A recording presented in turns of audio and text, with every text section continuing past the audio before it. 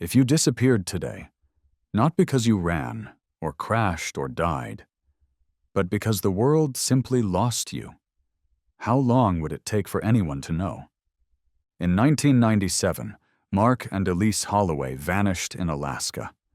They weren't criminals. They weren't lost hikers. They had planned everything. 6 months off-grid, food, gear, training. They wanted isolation, and they chose one of the most remote cabins in the state, 120 miles from the nearest paved road. The only way in or out? By float plane or sled. The plan was simple. Disconnect, reconnect. No phones, no outside communication. Just nature, notebooks, and a stack of old high-8 camcorder tapes they planned to record their life on. According to friends, Elise called it their slow season, a time to stop, breathe, and find each other again. For the first few weeks, everything went exactly as planned. The couple mailed letters and postcards from a small outpost on a river 30 miles away. They'd make the trip by dog sled. Elise wrote to her sister. "The stars here feel like they're touching our cabin roof. Mark built us a bench by the lake. We sit there every night with Coco and talk about everything and nothing. I feel like I've never heard silence until now." That postcard was dated September 11th, 1997. It was the last anyone ever heard from them. When December rolled around, no one panicked. Not at first. The Holloways were supposed to be unreachable. That was the point. But by January, concern began to grow. Elise's sister, Amy, hadn't received a letter in over 3 months. The couple was supposed to make one supply run by New Year's. They didn't show up. By early March, with the snow beginning to soften and planes able to safely land again, a small search crew was assembled. It included local rangers, a former bush pilot named Vern, and 2 search dogs. What they found when they reached the cabin left more questions than answers.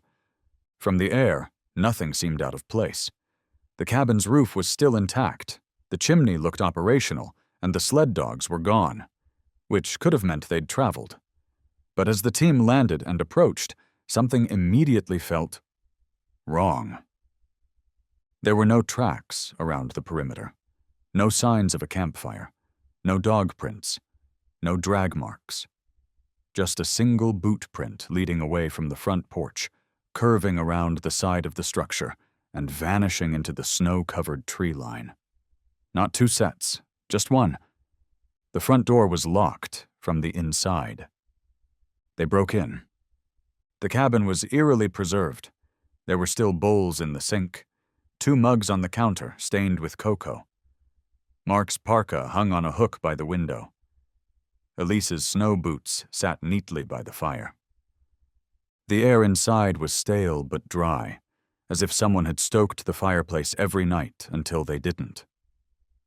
Mark's camera was found on the desk, battery dead. Nearby was his journal. It wasn't filled with thoughts of romance or poetry like many expected. Instead, the last entries became increasingly cryptic. October 14th. Elise is restless, says she hears things at night, thinks it's the wind. October 18th. Dogs barking at nothing. Eyes at the edge of the woods. Stayed up with the rifle. No tracks in the snow. October 21st. Elise isn't talking much anymore. She's always watching the trees. The air feels thicker. October 25th. Snow came early. Elise hasn't slept. Something's watching the tree line again. That was the final entry. The bed was made. There was no sign of violence, no blood, no sign of packing. It looked like they had simply ceased. One ranger, a veteran of dozens of search operations, later said in an interview, "It was like someone pressed pause on their lives. You expect to find signs when people vanish. Chaos, fear, something. This felt like the opposite. Like they'd just stepped outside and never came back. And I can't explain why, but it didn't feel empty. It felt paused." The search team canvassed the surrounding miles. Snowmobiles, helicopters, drone footage, thermal imaging. Nothing. No other tracks. No sled, no dogs, no bodies. And that single boot print? It didn't match the pattern or size of either of their winter boots. Investigators tried to match it to Mark's other gear. No match. Elise's feet were too small. The sole had a worn-out heel, suggesting an older boot, possibly military surplus. Worse, the boot print led nowhere. It stopped just 10 feet into the woods. No continuation, no evidence of struggle. Just one step into the trees. And then gone. Despite the strangeness, the official report listed the couple as presumed lost due to exposure. That's what the headline said in the local paper. Couple presumed dead after winter storm. Remote cabin search yields no survivors. Alaska claims 2 more. But those who'd been there didn't believe it. Vern, the pilot, said he'd flown that region for 20 years. "I've seen what storms do. I've seen what bears do. This wasn't nature. Something else was in that cabin with them." The story faded, but it never really went away. Locals kept it alive around fires and in bars. Tourists sometimes asked about it when they passed through on hiking trips. The cabin, eventually buried by snow and time, became a myth, a whisper. One of those stories you half remember from a late-night documentary or an internet rabbit hole. Until 21 years later, when the snow melted just a little too far, and what they found beneath the ground brought the mystery back with a vengeance. And what was inside, well, that's where the real nightmare begins. The morning after the discovery of the empty cabin, the Alaska State Troopers were contacted by Vern, the bush pilot who had helped lead the initial search. By the following day, 2 helicopters were dispatched, and within 48 hours, the largest backcountry search effort in the region since the 1982 Denali climbing tragedy was underway. They weren't looking for survivors. Not really. Everyone knew the chances of someone surviving out here, in the snow-covered Alaskan wilderness, after 3 months with no sign of contact, were next to none. But the how of the disappearance was more disturbing than the fact of it. The cabin was 73 miles from the closest airstrip, nestled deep in a basin surrounded by towering spruces and shadowed cliffs. Satellite maps showed the location as flat white. There were no roads, no trails, and no visible water nearby. But ground search teams quickly discovered something unexpected. A river, frozen over, narrow, easily mistaken for a gully from above. And at the edge of it, half covered in powdery ice, the same single boot print spotted outside the cabin. That print was their only lead. The snow around it was undisturbed, no drag marks, no other tracks. It ended at the river's edge and did not continue on the other side. One trooper, Jackson Reeve, radioed in from the bank after examining the ice. "It's not solid enough to walk on, not here. You'd fall straight through. And if you did, you'd be gone in minutes." That possibility disturbed everyone. A misstep, a fall into the current. But it didn't explain why only one set of prints existed. Not Elise's, not 2 sets, just one. Back at the cabin, forensic teams began documenting everything. The front door was latched from the inside. They had to break it down to get in. The windows were sealed, no broken glass, no signs of forced entry. The fireplace had long since gone cold, but when they stirred the ashes, they found partially charred logs, as if someone had stoked the fire just a day or 2 before. Analysis later confirmed this. The heat signature on the hearthstone showed a gradient curve consistent with heat retention from the past 72 hours. How could that be possible? The food on the counter was even stranger. A half-cut onion, a pot of beans soaking in water. Elise's handwriting on a notepad read, "Prep garlic next. Mark says soup's better with a touch of sugar." There was no sugar in the cabin. Her boots were still near the door. Her parka was draped over the back of a chair. Mark's gloves rested on the window ledge. His journal, The same one found open to that ominous October 25th entry was the centerpiece of the table. Investigators flipped back through the earlier pages. It started mundane. Inventory logs, weather updates. Elise laughed so hard she choked on snow. But by mid-October, the tone shifted. October 14th, Elise woke up crying. She says someone was tapping on the window. Nothing there when I looked, just trees. October 16th, heard a low hum around 3 a.m. At first I thought it was the wind. It wasn't. October 18th, snow came fast. Elise keeps saying we shouldn't have come, that we brought something here. October 21st, heard something whispering near the outhouse. Dog sled team wouldn't go near it this morning. No tracks again.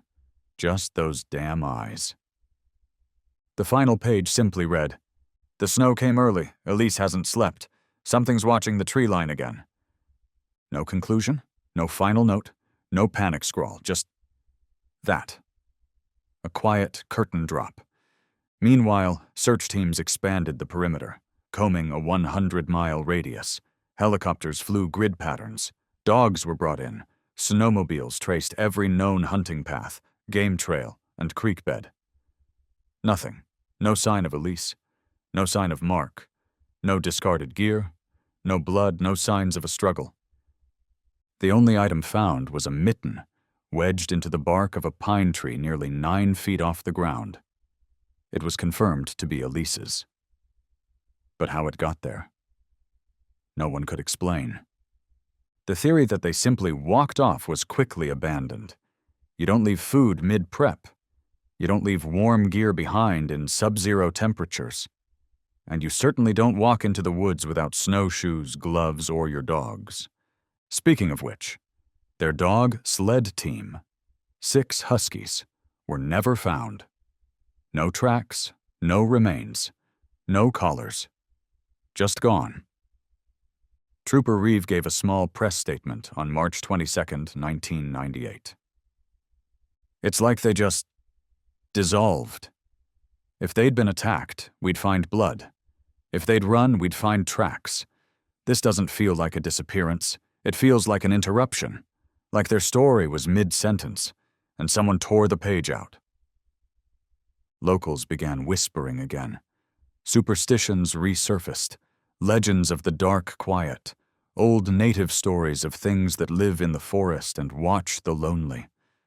Hunters recalled tales of cabins where voices echoed at night, of footprints that circled tents without ever approaching. The official report, filed in June of that year, was as vague as it was unsettling. No evidence of foul play, no evidence of evacuation, no physical remains found. Disappearance unexplained. By that summer, the snow had melted, the river thawed, and divers were brought in to scan the water beneath the ice shelf where the boot print had ended. They found nothing. The Holloways were added to the missing persons registry. Their case marked closed pending new evidence. But evidence would eventually come. Just not in the form anyone expected. And when it did, 21 years later, it wouldn't just reignite the case, it would rewrite it entirely. Long before they vanished, long before Alaska, before the cabin and the cryptic journal entries, there was just Mark and Elise Holloway. Mark was 33 when he disappeared, a wildlife photographer by trade. Quiet, observant, the kind of person who always had a camera slung over one shoulder and a notebook in his back pocket. He'd spent most of his 20s chasing light, sunrises in Patagonia, whale migrations in the Pacific Northwest, storms over the Mojave. His photos weren't dramatic or stylized. They were precise, intimate. A fox curled under a log, breath fogging the winter air. A single crow perched on a fence line as a blizzard rolled in. Elise, 29, had once been a schoolteacher in Portland, 3rd grade, but left the classroom 2 years before their trip. Not out of burnout or dissatisfaction, but because she felt called to write. She started a blog in 1994, early internet days, sharing stories about sustainable living, herbal remedies, quiet places. Over time, the blog gained traction. Thousands of readers tuned in weekly for her thoughtful entries on simplicity, silence, and solitude. She titled the blog, Beneath the Noise. The two met in 1991 at a local photography exhibit. Mark had a few prints on display, and Elise had been invited by a friend. They started talking about light, then about silence, then about places with no cell towers and no cities in sight. By their second date, they were already mapping road trips. According to their close friend, Heather Wong, they didn't just fall in love with each other, they fell in love with the idea of disappearing together. Not from each other, but from everything else. They weren't naive. They weren't the type to romanticize the wilderness without respecting its danger. Over the years, they'd done dry runs, weeks spent in cabins across Oregon, parts of Montana, even northern Idaho. They attended survival workshops, first aid courses, cold weather conditioning retreats. Elise even took a solo 3-week hiking trip in the Cascades just to get good at being scared alone. When they told friends about their plan for Alaska, 6 months off-grid in a hand-built cabin 100-plus miles from anything, most people weren't surprised. It felt inevitable. But there was something else. In the months leading up to their departure, Elise started talking about a dream she kept having. She didn't mention it publicly, but in her private journal, which Heather later shared with investigators, she wrote about a cabin in the snow. Not any cabin. The cabin. The one they'd eventually settle on. She described it before they'd even seen it. The windows are small. It creaks in the wind. It sits next to a frozen lake. I don't know how I know it's there. But I do. And I keep waking up with the feeling that I've been there before. When Mark finally came across the listing, posted by a retired bush pilot named Franklin Watts, Elise reportedly turned pale. "That's it," she whispered. "That's the one." Mark asked her what she meant. She didn't answer. According to Franklin, they weren't the first to ask about the place. Most folks never followed through once they saw how remote it was, but they were different. She wasn't scared of the isolation. She was drawn to it. The cabin had no electricity, no plumbing, no radio tower. It was built in 1968 by a miner named Ed Salter, who disappeared in 1974. Franklin bought the land in the 80s but never used it much. "Too quiet," he once told an interviewer, "and sometimes too loud when it wasn't supposed to be." Mark and Elise ignored the local superstitions. They packed 6 months of supplies: dried food, batteries, propane, medical kits, extra clothes, tools, snowshoes, solar panels, and a satellite emergency beacon they agreed to only activate in case of life-threatening injury. They brought 6 sled dogs: Miso, Copper, Bellamy, Juniper, Echo, and Lars, all trained and familiar with cold. Before they left, Elise sent one final blog post. It read, "Silence isn't the absence of sound. It's the return to something older, something beneath the noise. We're going to listen now." She never posted again. Friends recall their excitement. At the going-away gathering, Elise told Heather something strange. The two had stepped outside for air, the night unusually cold for late August. "I feel like it's not a beginning," Elise said. "It's something else, something I have to finish." "Finish what?" Heather asked. But Elise just smiled. Another friend, Daniel Ruiz, remembered Mark growing quieter in the weeks before departure. "He wasn't afraid," Daniel said, "but he had this weight in his eyes, like he knew something was waiting for them out there." The last known image of the couple was taken at the float plane dock in Tok, Alaska. Elise wore a red parka, hair pulled back in a knit cap. Mark had his arm around her, camera bag slung across his chest. They were both smiling, not the wide grins of tourists, but the quiet, content smiles of people exactly where they wanted to be. When the floatplane pilot dropped them off, they waved from the snow as the engine buzzed away. "See you in the spring," Mark called out. He never did. People vanish in the wilderness. It happens. Falls, freezing, wildlife attacks. But this felt different. There were no signs of distress. No fight. No panic. Just a couple who entered the silence and never came back out. Who were Mark and Elise Holloway? They were dreamers. They were prepared. They were calm. They were in love. And maybe, just maybe, they weren't alone. Because in the years that followed, as the snow melted, the river thawed, and the journals were reread, more stories began to emerge. Stories of others who'd been drawn to the same stretch of wilderness. Some of them also never returned. And the ones who did? They came back changed. By the time spring came, and the rescue teams began combing the Alaskan backwoods for signs of Mark and Elise Holloway, word of their disappearance had already spread to the nearby village of Nenana, nearly 40 miles south of the cabin site. A handful of state troopers had stopped there on the second day of the search to refuel, ask questions, and check on old logging maps. But what they found in that town wasn't helpful intel. It was warnings, and none of them were subtle. "They went up there?"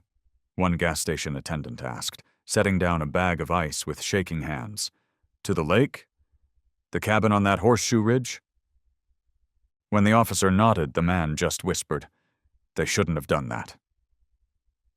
The land was known locally, not by name, but by avoidance. People referred to it vaguely, calling it the Old Stretch, or simply, that place beyond the ridge. It wasn't mapped, it wasn't logged, not anymore. Hunters avoided it. Tourists were quietly discouraged from camping near it. No one put up fences or signs. They didn't need to. The silence around it was enough.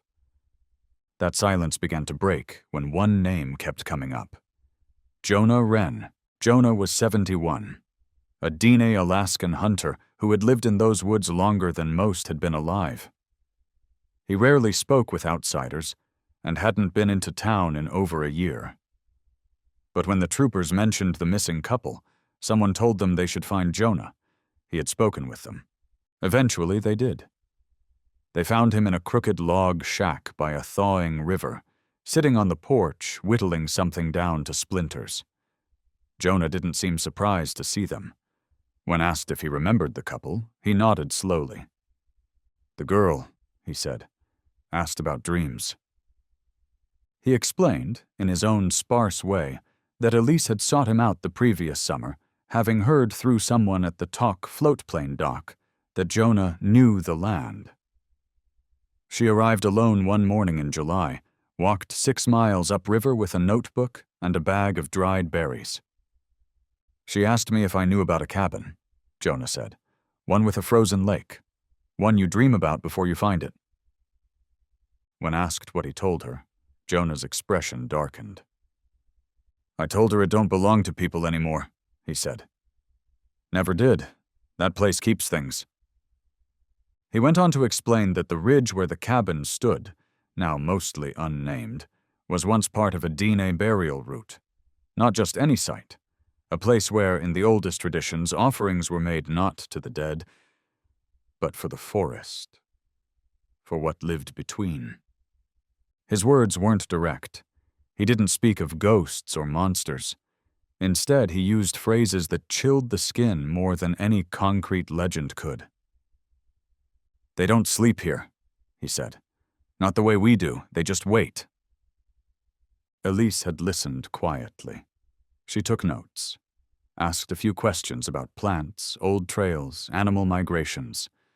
Then she thanked him, left a pouch of tobacco on the porch, and disappeared back into the trees. Mark had never met Jonah, but the next day, Jonah found something left near his trapline. A photo. It was Mark and Elise, standing by their car, smiling. On the back, in Elise's handwriting, "Thank you, we're listening." Jonah burned the photo. "Not out of hate," he said. "Out of respect. You burn what you don't want to carry." But the warnings didn't end with Jonah. 10 miles south of the Holloway cabin, near a ridge known only to hunters and a few surveyors, a ranger discovered an old trail marker nailed into a tree, a 2x4 lashed with rope, weathered and blackened by sun and smoke. On it, barely legible, were words scrawled in charcoal. "Turn back. They don't sleep here." No one could confirm when the marker had gone up. It wasn't standard trail signage, nor part of any mapped routes. But the tree was old, the wood embedded deep.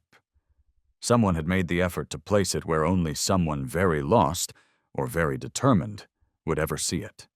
Search and rescue teams found nothing else unusual in the area. No footprints, no bones, no tents. Just that marker, and beyond it, silence. Back in the village, another elder came forward after the story spread.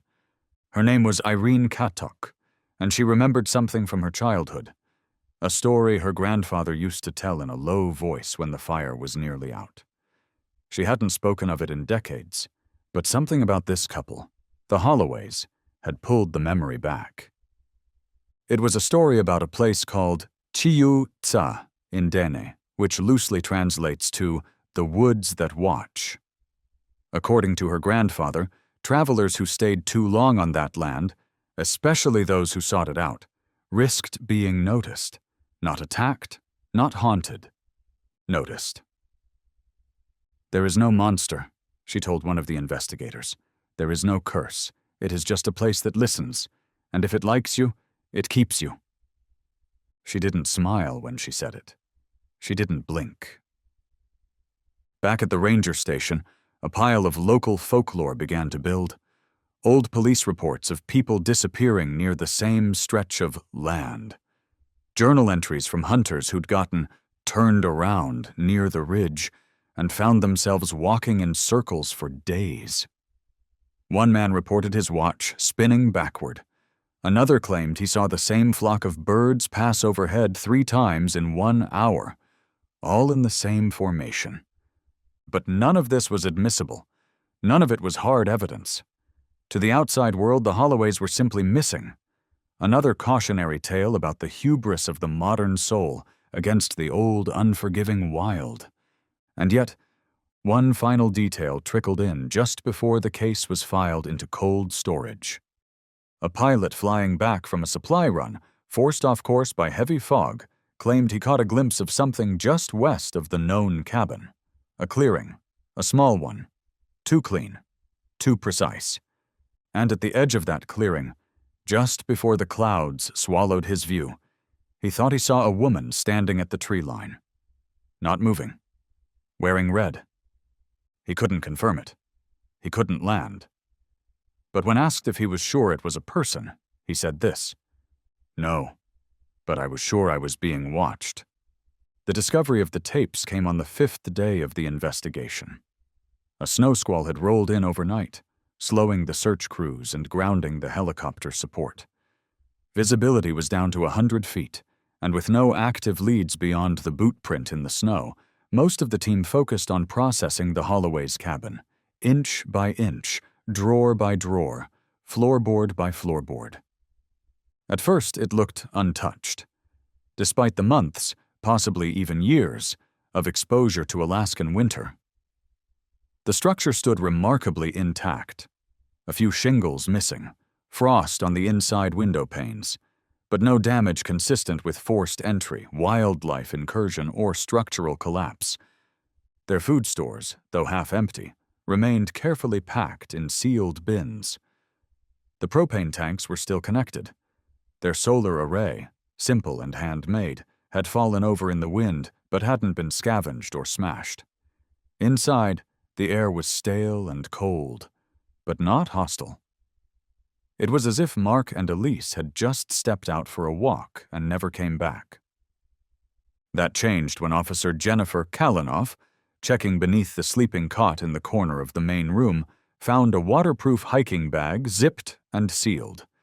Inside were standard supplies, emergency flares, iodine tablets, 2 wool scarves, a knife, and a high-8 camcorder, still in its padded case. Alongside it, 14 labeled video cassettes. Each tape was marked by hand in Elise's careful, looping script. Day 1, arrival. Day 12, moose outside the window. Day 39, solar fix. Day 71, winter sets in. They were chronologically ordered, numbered, and, most surprisingly, undamaged. The team didn't have a player on site. The camcorder battery was dead. But Kalinov had a contact at the Talk Ranger station who still maintained older AV equipment, used occasionally for converting old Ranger footage. Within 48 hours, the tapes were being digitized and backed up onto 3 separate hard drives. At first, the footage was exactly what you'd expect, even charming. Tape 1 opened with Mark and Elise laughing as they stood outside the cabin, breath fogging in the air, pointing the camera at their sled dogs. They documented every part of their new life, cooking over the wood stove, building snow walls, recording long monologues about the serenity, the quiet, the awe of being so far removed from the world. Mark often filmed Elise as she read aloud from her journal, her voice soft and steady. She talked about snow patterns, the shape of frost on the windows, how time felt different here. "We wake up earlier every day," she said once, "not out of necessity, just instinct." But around tape 10, dated day 117, the tone began to shift. In one entry, Elise records from inside the cabin, visibly pale, her speech slower than usual. "The dogs are uneasy. Last night Echo wouldn't stop pacing. Mark says he saw something just beyond the firelight. Not an animal. He won't say what." She laughs once, nervously, and looks toward the window. By tape 12, the entries are shorter, more jittery. There's less smiling, more silence between words. Mark begins filming more of the surrounding forest, sometimes zooming into the trees for extended periods without saying anything. The static, the ambient hiss, begins to dominate the audio in strange ways, more like breathing than white noise. Then came the final tape. Unlike the others, it had no label. It had been tucked at the very bottom of the pack. No number, no date. Just the camcorder's timestamp reading, 3:14 a.m. It opens with Mark's face illuminated by the low orange flicker of the fireplace. He's whispering into the lens. "If this is found, we didn't leave, we were taken." There's a long pause. Then he flips the camera around. It's facing the window. His breath fogs on the glass. Outside, only snow, darkness, tree silhouettes in the moonlight. He begins to pan slowly, shakily, across the tree line. The branches skeletal and swaying in the wind. Then, he stops. Zooms in. At first, there's nothing, just black. But then, as the exposure adjusts, movement, not walking, not running, gliding, and something tall, narrow, moving between the trees in complete silence. No crunching snow, no shadows cast. He whispers, "It's back." Off camera, Elise's voice is barely audible. "It's closer tonight." There's a creaking sound, wood under pressure. The camera dips for a second, showing Mark's foot sliding backward across the floor. Then static. When the image returns, it's still on the forest, but closer now. Too close. The camera has moved, or something moved it. The tree line is gone. Now it's pointed at the side of the cabin. Just the logs and the frost-covered window. The scraping continues, low, metallic, like nails across steel or antlers across ice. Then, a bang. The camera jolts. Another bang. The screen shakes violently. A blur of motion. Mark gasps. Then the final frame. The camera falls sideways to the floor, catching a brief, flickering glimpse of a pale hand pressed against the outside of the window. It's not banging, just resting there, not moving. A long, slow scrape drags across the glass. And then nothing. The tape ends. Black screen. Silence. Investigators played the final 30 seconds over and over. They enhanced the audio, slowed the footage, brightened the frames, but no clear answer ever emerged. No face, no voice, no animal. Just the hand. Just the scrape. And just one final disturbing detail.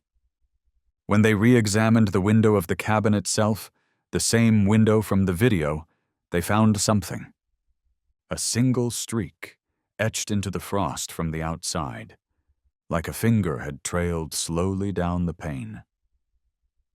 But there were no footprints, no signs of wildlife, no claw marks. Just that silent smear, frozen in place. To this day, no one knows what the Holloways saw, or what saw them. But one thing was certain. They didn't leave. For 21 years, nothing moved, nothing changed. Mark and Elise Holloway had vanished in 1997. No bodies, no remains, no signs of struggle, only their unfinished project. A handful of videotapes, one ominous whisper, and a final, frozen window pane with a single unexplained smear across the glass. After months of local and federal investigation, with no new evidence and no leads, the case was quietly reclassified as inactive in early 1999. Elise's sister held out the longest. For the first few years, she continued writing letters. She sent them to their old P.O. box, and even posted a few to a wooden sign near the entrance of the trail that once led to the Holloway's cabin. But eventually, even she stopped. Grief hardened into silence, and the silence hardened into history. That is, until April 2018, exactly 21 years to the month after Mark and Elise were last heard from. It started like most strange discoveries do, by complete accident. Ethan Maddox, a 42-year-old park ranger, was conducting a low-altitude flyover of the White Moose Range, a region long declared ecologically dormant after several years of glacial activity. His job was to chart any signs of avalanche risk, soil collapse, or illegal hunting camps. The area was known to be brutal terrain, even by Alaskan standards, and hadn't seen foot traffic in years. Midway through his flight, Ethan noticed something odd out of the corner of his eye. A rectangle of perfectly cleared land, maybe 40 by 40 feet, sitting like a bald patch in the middle of a snow-laced forest canopy. He circled back, zoomed in. His camera's GPS locked onto it. There was no notation for this on any of the digital or paper maps he carried, and Ethan had memorized most of them. After triple-checking fuel and visibility, he decided to set down. His chopper kicked up a swirl of white dust as it touched down a few dozen feet from the anomaly. What he found made his breath catch. There, nestled between two birch trees and half covered in snow, was a log cabin. But not a collapsed ruin. Not the skeleton of a shelter buried in the tundra. This cabin was intact, preserved. The porch steps were still firm beneath his boots. The front window wasn't cracked or fogged. It was simply iced over from the inside.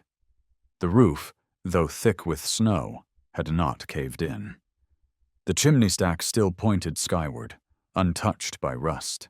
Ethan walked the perimeter with deliberate caution, half expecting to find a trick, a movie set maybe, or some odd installation. But every log, every nail, every detail suggested this was authentic, and somehow unspoiled by time. He radioed the station. When no signal got through, he took photos from every angle and pulled on a pair of gloves. The doorknob turned easily. The door opened with a gentle groan, not the warped screech one would expect from decades of exposure. Inside, silence, but not abandonment. The cabin wasn't empty, it was still lived in, or rather, it looked like it had been. There was no dust, no mold. The woodpile by the hearth was stacked neatly. 2 plates sat on the small pine-wood table, crusted with food that looked days old. Not rotted, not fossilized. Just old enough to lose color, but not enough to decay. Above them an old wall clock ticked, and the fireplace, though long cold, had unburned logs in its basin, arranged carefully like someone had meant to light it, but never got around to it. Ethan stood there for a full minute before realizing he was holding his breath. Everywhere he looked, he saw evidence of presence, not survival gear, but signs of life. There was a book left open on the nightstand, a pair of glasses folded atop it. The beds were made. A kettle sat on the stovetop, its base lightly rusted but otherwise ordinary. And in the corner, beneath the window, was a wooden journal, thick, leather-bound, and stamped on the spine with the letter E. He stepped toward it, opened to the last written page. The handwriting was delicate, but rushed, lines crooked, a smear of ink across the bottom edge. April 3rd. I think it's still watching. Mark says it's gone, but I don't hear birds anymore. Just that humming at night. I woke up today and the calendar said it was October. I swear it was March yesterday. We aren't moving forward anymore. Just around, just sideways. I hope someone finds this. The clock still works, but it hasn't ticked since Sunday. If you see this, don't stay. Beneath that final line, there was a single black fingerprint, smudged sideways, as if the book had been slammed shut in a hurry. Ethan backed out of the cabin, locking the door behind him without really thinking about it. Back at the chopper, he checked his photos, flipped through them again and again. In every image, the cabin was the same, perfectly preserved. Still, impossible. When he returned to the ranger station and turned over the footage, the file was flagged immediately. Within 48 hours, federal officials were dispatched. The land was quarantined. All access to that portion of the range was cut off, and the GPS coordinates were erased from shared databases. The official statement was minimal.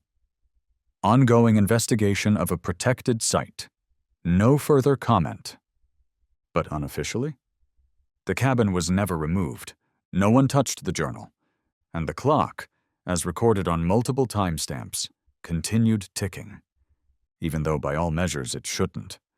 And somewhere inside that journal, tucked between entries about pine cones and morning snowfall, is a single unfinished sentence. He's not Mark anymore. He looks like him, but he doesn't. The rest of the page is blank. And if you ask the pilot who flew Ethan back from that site what he remembers most, it wasn't the cabin or the journal or even the untouched plates on the table. It was what Ethan said before they took off. I don't think they vanished. I think they stayed, and time just moved around them. They almost missed it. The second journal, the one not sitting neatly on a table or folded on a nightstand, wasn't meant to be found. It wasn't marked, labeled, or stored with care. It had been jammed between 2 floorboards under the bed, wrapped in a thin cotton cloth that had long since stiffened with age and moisture. Only a small sliver of frayed thread poked out from beneath the board, just enough to catch the light when one of the agents repositioned the mattress. And even then, it didn't look like much. It was smaller than the first journal, more fragile. Its binding had partially decayed, the leather worn thin at the corners. But when the cover was peeled back, what they found inside made even the most skeptical members of the search team go quiet. This wasn't Mark's log. The handwriting was unmistakably Elise's, rounder, more fluid, but increasingly erratic as the pages progressed. Unlike the original journal, which had been organized with dates, drawings, even pressed leaves, this one had no timeline, no order, just raw entries. Disjointed thoughts, half-sentences, repetitions, panic captured in pen. The early pages echoed Elise's voice from the first tapes. observational, curious. She wrote about how the sky looked different that far north, how the sun never really set, and the silence of snow seemed louder than city noise, but that tone dissolved quickly. After the 5th or 6th page, her words started to fracture. One entry read, "The stars don't stay where they're supposed to. I've been tracking them. They move like insects now. Or maybe we're the ones that moved."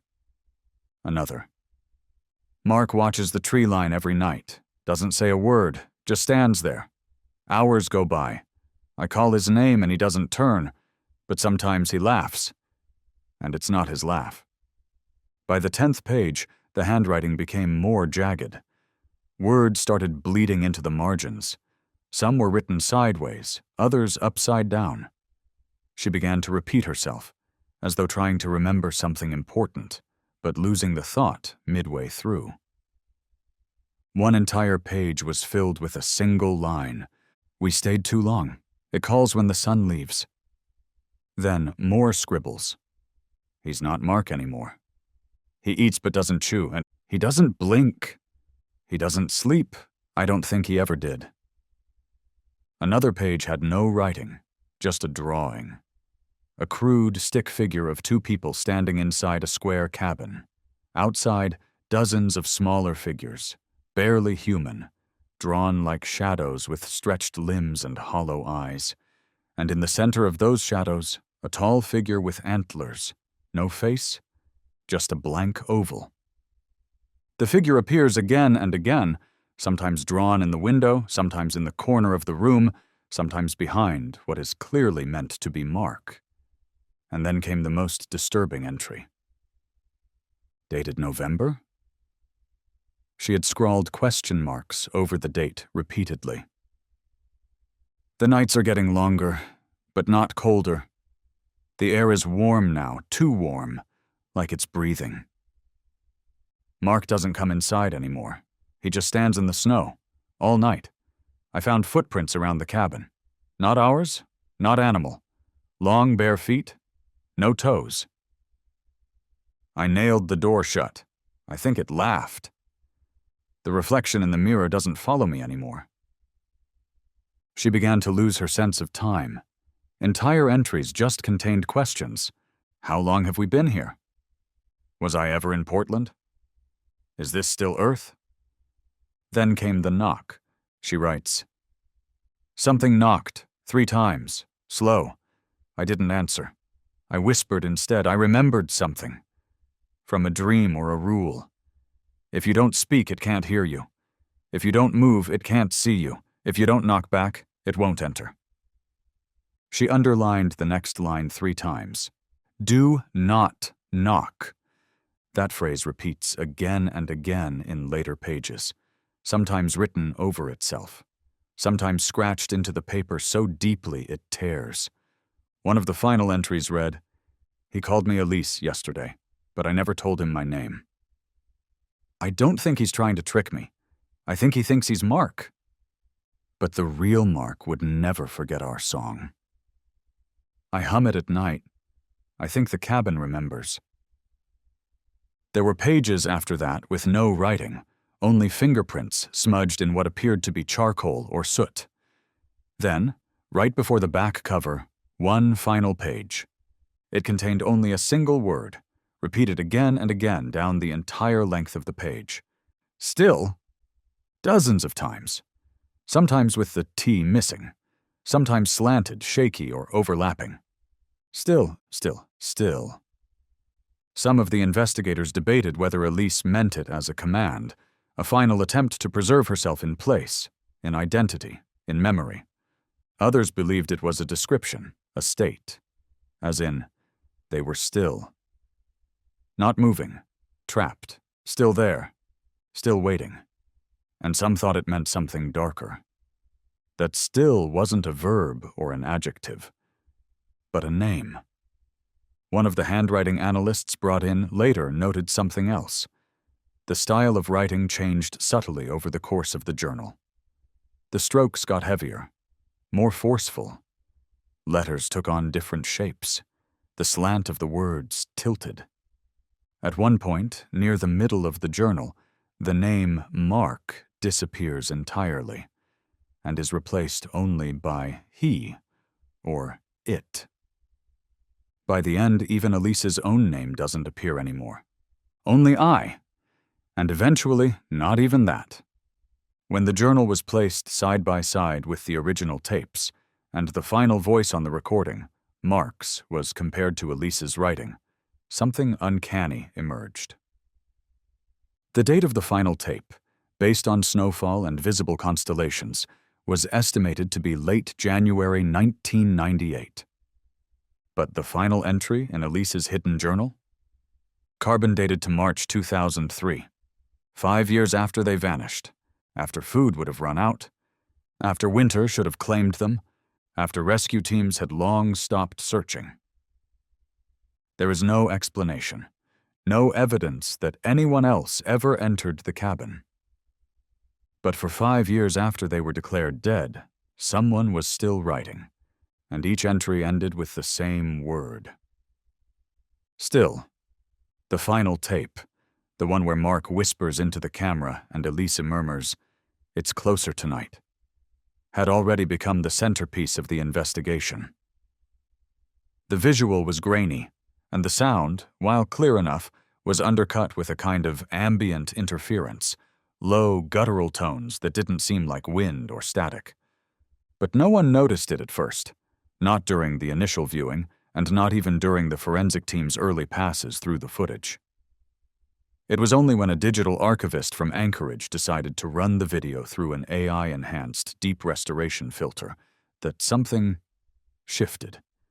The program didn't just clean the footage. It filled in details, interpolated missing frames, sharpened outlines. Trees that had been blurry blobs in the background suddenly took form. Snowfall patterns became clear enough to trace. And most chilling of all, reflections came into focus.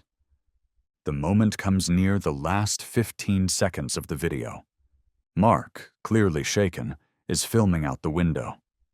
The snow is falling in sharp diagonals, and he's breathing heavily. You can see the camera shake slightly as he zooms into the woods. The camera picks up something moving, too quick to identify, then suddenly whips back toward the interior of the cabin. And that's when it happens. Just before the camera drops, just before the long scraping sound and that dreadful silence, the lens briefly catches the cabin window at an angle. It reflects the dim interior behind Mark.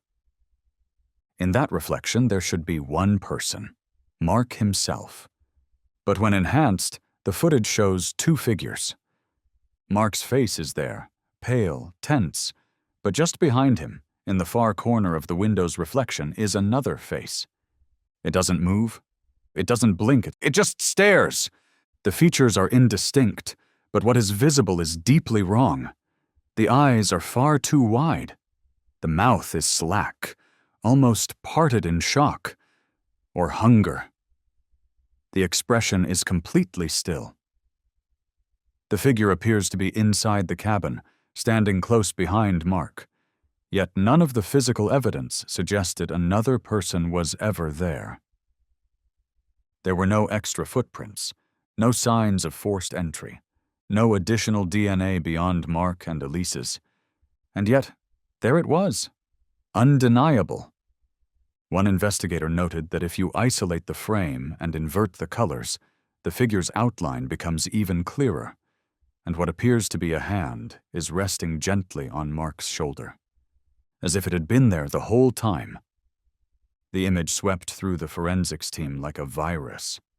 Some believed it was a trick of light, a doubled image caused by the angle of the glass. Others weren't so sure. The eyes, someone noted, didn't reflect any light. They were just black. But that wasn't the most disturbing discovery, not even close. In parallel, the forensic team was also examining the metadata of the tape itself, the digital timestamps embedded in the camera's internal system. Mark and Elise were known to have vanished in late 1997. The last communication, a postcard postmarked September, aligned with weather reports, solar patterns, and the early entries in Elise's first journal. All the early tapes, including cooking videos, landscape shots, and casual conversations, were timestamped correctly. August, September, October 1997. But the final tape, the one with the reflection? Its timestamp read June 4th, 2007. 10 years after they vanished. The discovery sent a jolt through the team. At first, they assumed a system error. Maybe the battery had died, or the internal clock reset. But that theory quickly fell apart under scrutiny. According to the hardware specialists, the timestamp could not be altered without a manual override, and no evidence showed the camera had been accessed or tampered with. Its firmware remained consistent with a late 90s model. No software updates, no manipulation. More disturbingly, the snowfall pattern seen in the footage matched climatological data from June 2007, an unseasonal blizzard that had hit the region during a brief cold front. That specific storm had never occurred in 1997. The lighting in the cabin also matched the long daylight conditions of early June in Alaska, not the near darkness of a northern winter. So how could Mark be recording a video 10 years after he was presumed dead? And who, or what, was standing behind him? Some began to float a horrifying idea. What if Mark never died in 1997? What if something else happened? Something that took them out of time, or replaced them? What if the thing Elise described, the figure that stood outside for hours, had become Mark? Had the camera continued recording long after anyone should have been alive? Investigators reviewed the audio more carefully. That scraping sound at the end of the tape, the one they assumed was the camera falling, didn't quite line up with the acoustics of the cabin floor. When isolated and enhanced, it resembled the sound of flesh dragging across wood. A slow, deliberate pulling. Not a stumble, not a fall. A retreat. As if whatever had been there realized it had been seen. The discovery of the timestamp and the reflection changed everything. It reopened the case in a very different way. The Alaska Bureau of Investigation contacted multiple experts, folklore specialists, wilderness survivalists, even psychologists familiar with cases of long-term isolation and mass hysteria. One researcher, a linguist studying native Alaskan oral histories, brought up an obscure regional legend, the Still Ones. According to Inupiaq stories, the Still Ones were figures that mimicked the recently dead. Not ghosts, but echoes that inhabited isolated places, mimicking human behavior until they could fully take over. They appeared most often in the wilderness. They were said to knock first, and once invited inside, they waited, patiently, quietly, still. The word echoed across every form of evidence. The journal's final page, the voice on the tape, even the eerie pose of the second figure in the reflection, frozen in time. The forensic team never explained the timestamp anomaly. No scientific explanation could account for how a video, filmed with a 1990s camera, containing voices of two people presumed long dead, was recorded during a summer storm 10 years later. The only conclusion that could be drawn? Someone, or something, had kept the camera, had known how to turn it on, had decided that was the moment it wanted to be seen. The final 3 seconds of the tape remain a mystery. After the scraping sound, there's a pause, then a click, as if the record button was pressed again, and then a voice, not Mark, not Elise. Something older, breathy, just 3 words. Don't look back. The screen goes black. 2 weeks after the footage was enhanced, after the reflection, the timestamp anomaly, and the journal's final pages were all logged, the state dispatched a small follow-up team to return to the cabin site, not officially. By that point, the case had already been wrapped up in red tape, its status upgraded from cold to anomalous. The authorities didn't know what to call it. Not a crime scene, not a wilderness accident, but definitely something. So when the team went back, it wasn't as a large search effort. Just 2 rangers, 1 local investigator, and a wilderness survival consultant. Quiet, controlled, discreet. The GPS coordinates had been recorded during the original recovery of the journal and tapes, marked and triple verified. The team followed the same access path, a snow-choked game trail barely wide enough for their snowmobiles. For much of the first day, everything matched: the terrain, the ridgelines, the temperature. Then they arrived. Or rather, they should have. The coordinates were exact, pinging the same spot where the Holloway cabin had been recovered just weeks earlier. But when the team arrived, something was wrong. There was nothing there. No cabin, no clearing, no chopped firewood stacked against a tree, no logs arranged in the rough shape of a perimeter fence, no nails in the trees, no tarps, no old tin can hung to catch meltwater. Nothing. Just forest. Thick, wild forest. Pine trunks spaced tightly, the ground littered with dry needles. Not even disturbed snow. Just a clean white blanket with no visible indentation, no signs of recent movement. As if the area had never been touched. As if no one had ever lived there. At first, the team assumed a navigation error. But the ranger, a seasoned Alaskan named Denny Macklin, had been part of the original recovery crew. He wasn't relying on GPS alone. He remembered the tree with the scar, a twisted, lightning-split cedar on the southern slope. He found it, right where he remembered. Next to that tree, he remembered stepping in slush, a patch of ground the sun had thawed. He remembered putting his boot there to test how deep the mud was. Now? That same patch was frozen solid, but his boot print was still there. Faint, smoothed by snowdrift, but unmistakably human. They followed it. Denny's old trail. It led nowhere. Just a line of footprints that walked halfway across a stretch of land and stopped. Like whoever had made them had simply vanished mid-step. The group began to fan out, searching, scanning, measuring. They probed the snow with poles, trying to find buried wood or debris. Maybe a collapse. Maybe the snow buried the cabin entirely. But the ground beneath was hard, solid, packed permafrost. You can't bury a cabin that fast, and not without a trace. One of the men muttered something under his breath. "This doesn't make sense." Another turned to Denny. "This was it, right?" Denny didn't answer. He just looked down at the boot print. That night, the team camped 10 miles south, unable to sleep. Something about the woods felt too still, too dense. Every branch sounded like a whisper. The forest pressed in around them like it had grown closer. By morning, they'd made a decision. Call it off. Too risky, too uncertain. The weather was expected to turn in 2 days, and if something was out there, cabin or not, no one wanted to be snowed in trying to find it. They packed their gear and left quietly. No chatter, no theories, just silent stares out the window of the snowcat as it rumbled away. But what they didn't know, what no one knew until 3 days later, was that something had already been found. Not by humans, but by a trail cam. Mounted 5 miles south, the trail cam had been set up months earlier by a conservation group monitoring wolf activity.